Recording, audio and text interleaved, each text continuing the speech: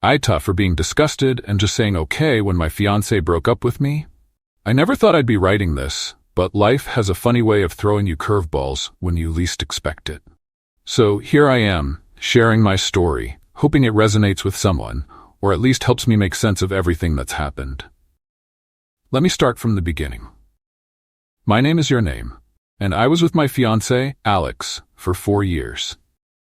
We met in 2020 at a friend's party. You know how some people say they just clicked when they met someone? Well, that's exactly how it was for us. One conversation, and we hit it off instantly. He was this brilliant guy working on his doctorate in economics, while I had just finished my master's in media sciences. We were both ambitious, driven, and things just felt easy with him. We spent hours talking about everything, our dreams, our careers, and how we saw the future. It all felt perfect at the time. Fast forward to last year, Alex finally completed his PhD and started working at the university. I was super proud of him. It wasn't an easy road, but he'd done it.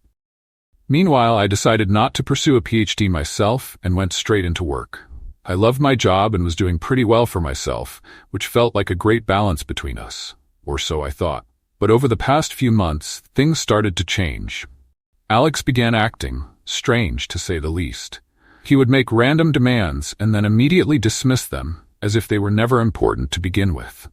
One time, he insisted we needed to repaint the walls in our apartment, saying the dark green we chose had to go. When I asked why, he snapped and said, "For fuck's sake, forget it," like it was some huge inconvenience that I even asked.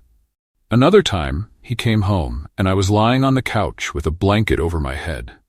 I had cramps and was just trying to relax with some Netflix. But instead of asking if I was okay, he got mad, accusing me of just sitting around doing nothing. Now, mind you, the house was spotless, so it wasn't like I'd been slacking. But when I tried to talk about it, he brushed it off again, saying, "Forget it, it's not a big deal." This sort of thing became a pattern. He'd get upset over the smallest things, but any attempt I made to figure out what was wrong was met with silence or frustration. I started to think maybe he was just stressed with work. Academia is tough, and starting a new job can be overwhelming, so I gave him space. I didn't want to crowd him or make things worse, but apparently, giving him space was also the wrong move. I remember telling him I was going to spend a few days at my parents' place to help them with some home repairs. Instead of being supportive, he got annoyed again, saying, "What about the renovations we need to do in the apartment?" It felt like no matter what I did, it was wrong. Then came Monday, the day everything unraveled. I was at work when I got a text from Alex saying, "We need to talk."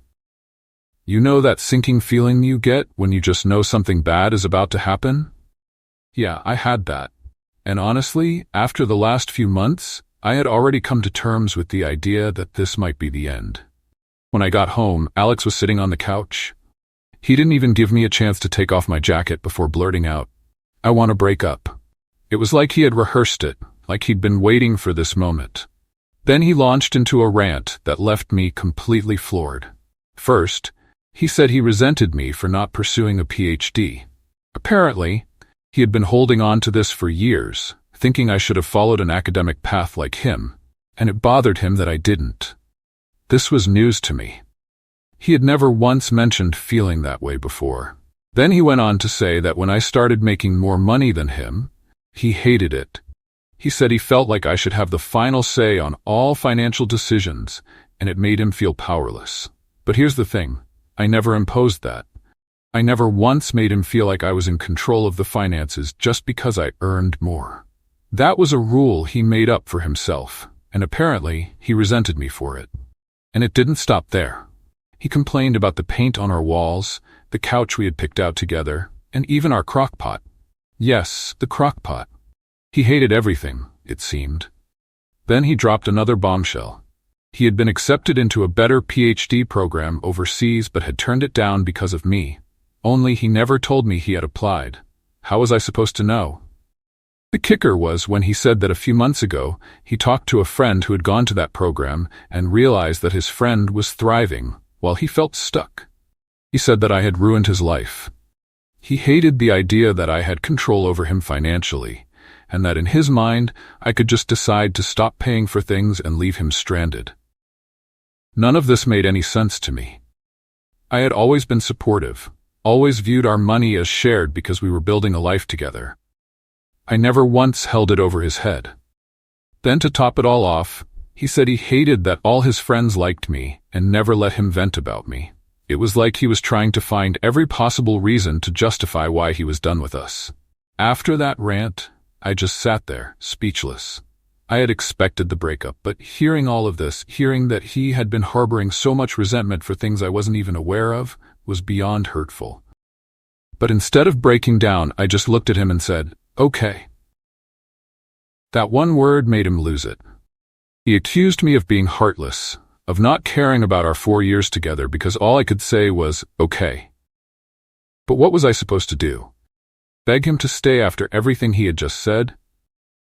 I was disgusted at that point. I offered to let him stay in the apartment while he figured out where to go, and instead of appreciating it, he accused me of holding the apartment over his head. That's when I left. I went to my parents' house, told them everything, and they were just as confused as I was. My dad suggested I talk to our landlord to figure out my options, since I can handle the rent on my own. I never minded paying more, because I thought we were building something together. But now, all I feel is disgust.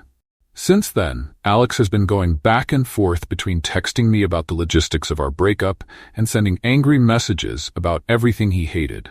I don't even feel hurt anymore, just nauseated by how he's acting. Looking back, I can't help but wonder if I should have reacted differently. Should I have fought for us? Or was this inevitable? All I know is, I feel like I've been blindsided by someone I thought I knew inside and out.